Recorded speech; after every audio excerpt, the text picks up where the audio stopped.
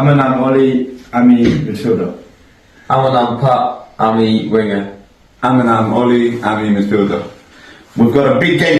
ইংল্যান্ডের একটি ক্লাবের ফুটবলাররা নিজেদের পরিচয় দিচ্ছেন বাংলায়, পাশাপাশি পরেছেন বাংলাদেশের জার্সি।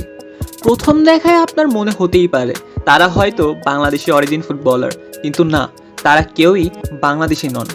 তাহলে প্রশ্ন হলো, ইংল্যান্ডের ফুটবলাররা হঠাৎ বাংলা বলছেন কেন? এর পেছনে রয়েছে এক দারুণ মজার গল্প, চলুন জেনে নেওয়া যাক। Assalamu alaikum, peace and blessings. Just got back from Rochdale, here at the Atis Arena, the home of Scunthorpe United Football Club. ইংল্যান্ডে ফুটবল ক্লাব কিনে সর্বপ্রথম আলোচনায় আসেন বাংলাদেশের ছেলে রোজ রহমান।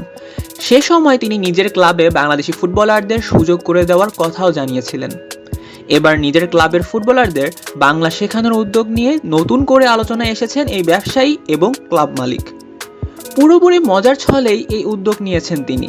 প্লেয়াররাও বেশ উপভোগ করছেন বিষয়টি। পাশাপাশি এসব ভিডিও তিনি নিজের সামাজিক যোগাযোগ মাধ্যমে পোস্ট করার পর ব্যাপক প্রশংসা পাচ্ছেন তার অনুসারীদের কাছ থেকে। মার্টিন, কেমন আছো? আমি বাবা। ফ্যান্টাস্টিক। একটি ভিডিওতে দেখা যায় রোজ রহমান একজন খেলোয়াড়কে বলছেন কেমন আছো, জবাবে একজন খেলোয়াড় বাংলাতেই বলেন আমি ভালা। ভিডিও শেষের দিকে খেলোয়াড়দের ড্রেসিং রুমে গিয়ে রোজ রহমান জিজ্ঞেস করেন তোমরা সবাই কেমন আছো। এমন সময় প্লেয়ারদের একসাথে বলতে শোনা যায় আমরা ভালা।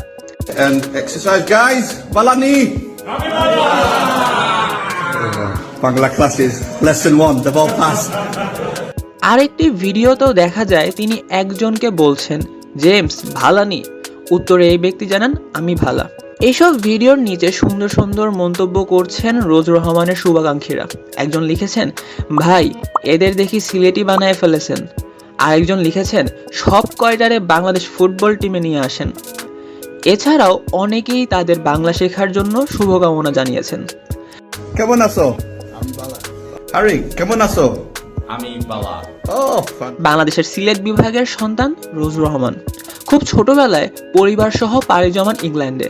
নতুন দেশ, নতুন পরিবেশ, সবকিছুর সঙ্গে মানিয়ে নিয়েই ধীরে ধীরে গড়ে তোলেন নিজের স্বপ্নের পথ চলা। অল্প বয়স থেকেই ব্যবসার প্রতি আগ্রহ ছিল তার। সেই আগ্রহ থেকেই শুরু করেন প্রপার্টি ও রিয়েল এস্টেট খাতে কাজ। পরবর্তীতে প্রতিষ্ঠা করেন মোর্স প্রপার্টি সার্ভিসেস, যা বর্তমানে প্রপার্টি ম্যানেজমেন্ট ও হাউজিং সেক্টরে পরিচিত একটি প্রতিষ্ঠান। তবে ব্যবসার গণ্ডি পেরিয়ে রোজ রহমান সবচেয়ে বেশি আলোচনায় আসেন ইংলিশ ফুটবলের ঐতিহ্যবাহী ক্লাব স্কানথ্রোপ ইউনাইটেডের সঙ্গে যুক্ত হওয়ার পর। 2023 সালের দিকে আর্থিক সংকটে পড়ে ক্লাবটি। ঠিক সেই কঠিন সময়ই ক্লাবের নেতৃত্বে যোগ দেন রোজ রহমান। তিনি হয়ে ওঠেন 4 সদস্যের মালিকানা গ্রুপের একজন গুরুত্বপূর্ণ অংশ। শুধু তাই নয়, বর্তমানে ক্লাবটির ভাইস চেয়ারম্যান হিসেবেও দায়িত্ব পালন করছেন তিনি। একজন বাংলাদেশি বংশোদ্ভূত ব্যবসায়ীর ইংলিশ ফুটবলে এমন গুরুত্বপূর্ণ অবস্থানে পৌঁছানো নিঃসন্দেহে গর্বের বিষয়।